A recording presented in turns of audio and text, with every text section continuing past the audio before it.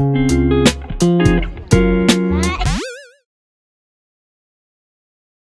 guys! Welcome back to our vlog. I am Ara. And I am Yumi. And we are the co-sisters. For today's vlog, Ate will go to Westfields. because I have theater arts and Yumi is going to Kumon.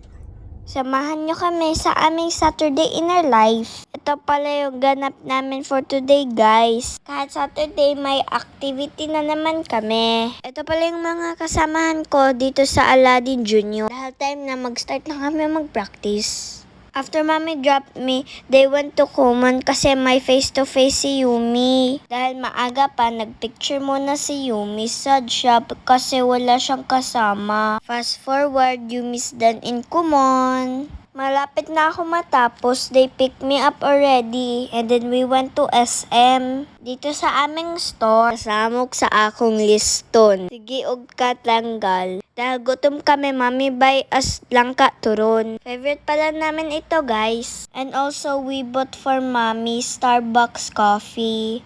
Kahit sobrang mainit yung panahon, kape pa more. And also, our Tita Joy buy us snack, yogurt, Oshi, cheesy, movie, and chippy. Please like and share po. That's all, guys. Thank you for watching. See you in the next vlog. Bye!